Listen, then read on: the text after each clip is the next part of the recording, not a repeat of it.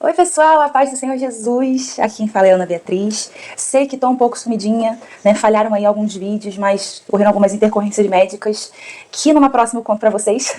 Mas foi por esse motivo que, né, ficamos esse tempo aí sem os vídeos. E eu já tinha deixado 2 vídeos gravados, só que eu não sei o que aconteceu, eles desapareceram. Eu não tô achando eles. Mas o Senhor tocou muito meu coração nesse dia, para poder trazer uma mensagem, né, algo que ele já ministrou no meu coração. Aliás, ele ministra sempre, não é mesmo? E eu acho que é algo que vale ser sempre relembrado. E sem mais enrolação, bora para a palavra. Eu vou ler, gente, João, capítulo 1, o versículo do 35 ao 38, tá? A minha versão aqui, ela é NVT, tá? A gente toda enrolada, que ela é uma bíblia que ela fecha assim, é muito linda. Enfim, seguindo, o título aqui se chama de Os Primeiros Discípulos de Jesus.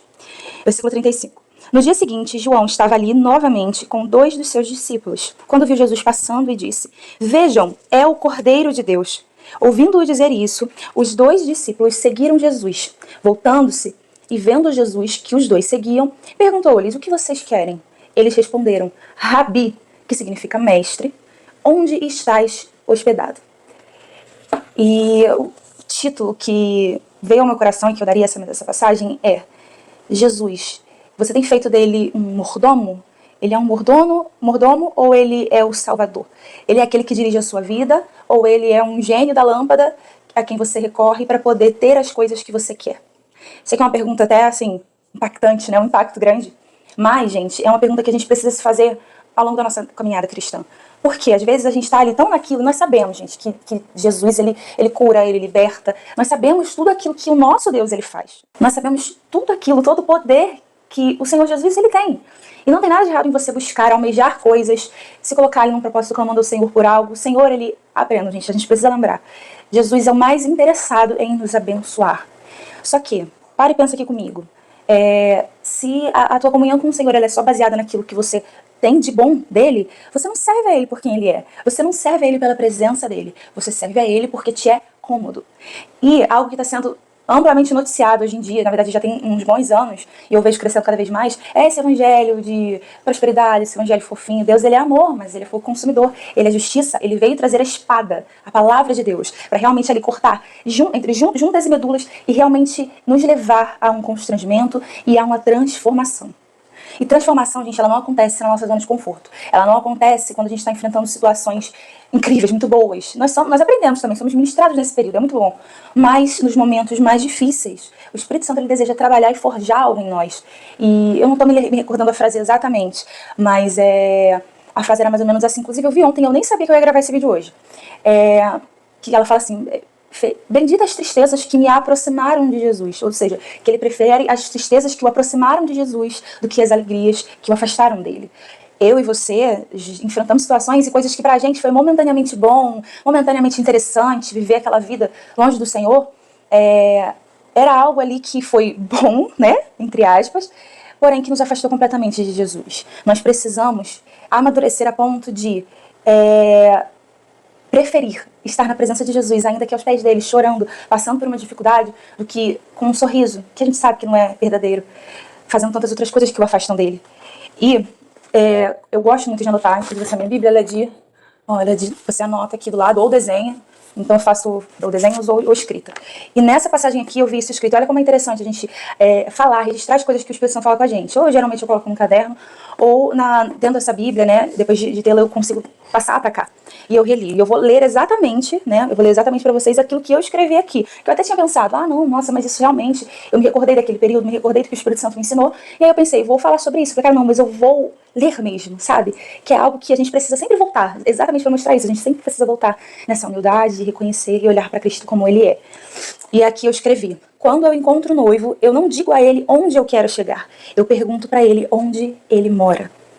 Por quê? Eu não quero ir para... Perdão, gente. Porque eu não quero ir com ele para nenhum lugar que seja onde ele não habite.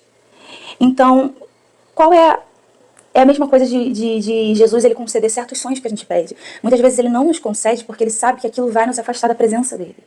Vai nos afastar. Às vezes a coisa mais triste que pode acontecer é Deus como um pai responder aos seus filhos positivamente as coisas que eles querem.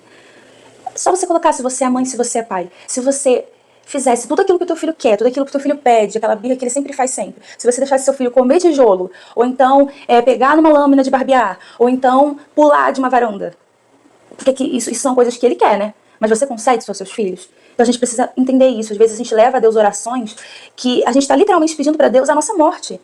A gente está realmente caminhando para precipícios e falando, vai Deus, deixa eu ir, eu quero ir. Só que mascarado das coisas que nos interessam. E a gente precisa estar atento a isso. Você quer Jesus ou as coisas que Jesus te dá? Você quer o Deus das promessas ou as promessas de Deus? E a gente precisa realmente se voltar. Cristo é o destino, não o meio para algo. Então, gente, que a gente não barganhe com o Espírito Santo. Ele não é um meio para conquistar o que eu quero. Eu não vim para essa terra para viver uma vida incrível e ser, sabe, ter tudo que eu quero na minha mão. Não estou falando sobre ter boas condições, gente. Jesus ele não abomina isso, né? É o exagero a isso que na Bíblia é dado como pecado. Mas não tem nada de errado em você crescer e prosperar. O errado é você viver em função das coisas que você quer, das bênçãos que você quer. Aí você deixa de viver para o Deus da promessa e passa a viver para as promessas de um Deus. Porque ele vira como se fosse um gênio, que você vai lá, pede o que você quer, e ele tem que te conceder. E a gente ainda fica irado, ainda fica irritado, ainda quer falar que Deus não é bom, que Deus ele não olha pra gente, que ele não tá nos ouvindo, que ele está ignorando o nosso pedido e o nosso clamor, sendo que a gente não tem noção que a melhor coisa que ele pode fazer é literalmente não nos dar aquilo. E triste é, a gente já viu muitos casos de pessoas que insistiram, e elas tiveram. E elas faleceram, não só fisicamente, como morreram espiritualmente. E talvez vivam hoje como cadáveres que andam, né, como diz meu pastor, que é a vida de quem vive sem Cristo. Então, se pergunte sobre isso, permita, assim, vir uma reflexão a respeito desse assunto e anote, registre isso em algum lugar, eu convido você. Registre isso em algum lugar, porque isso vai ser muito essencial para você em outras situações, em outros momentos. E por fim, eu só quero citar um pequeno testemunho desse período, né? Eu estava internada e esse ano eu fiz algo que eu nunca tinha feito, eu fiz pela primeira vez. Eu decidi que eu não queria comemorar meu aniversário foi em fevereiro, foi dia 10.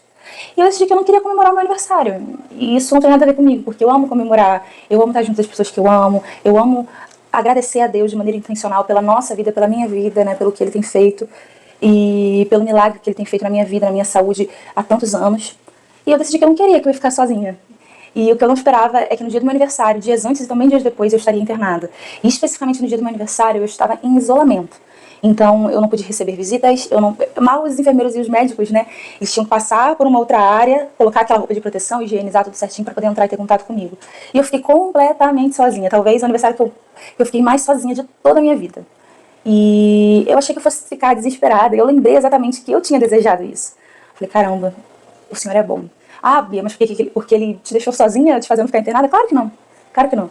Ele conheceu meu coração quando eu desejei aquilo, né, a maneira como eu estava me sentindo. Mas ele me fez me sentir de uma outra forma completamente diferente. Aquele quarto, aquele espaço onde só tinha eu e Jesus foi, eu ouso dizer, que um dos melhores aniversários que eu tive na minha vida. E foi bem desagradável, em questão de dor, em questão de uma série de coisas, de isolamento.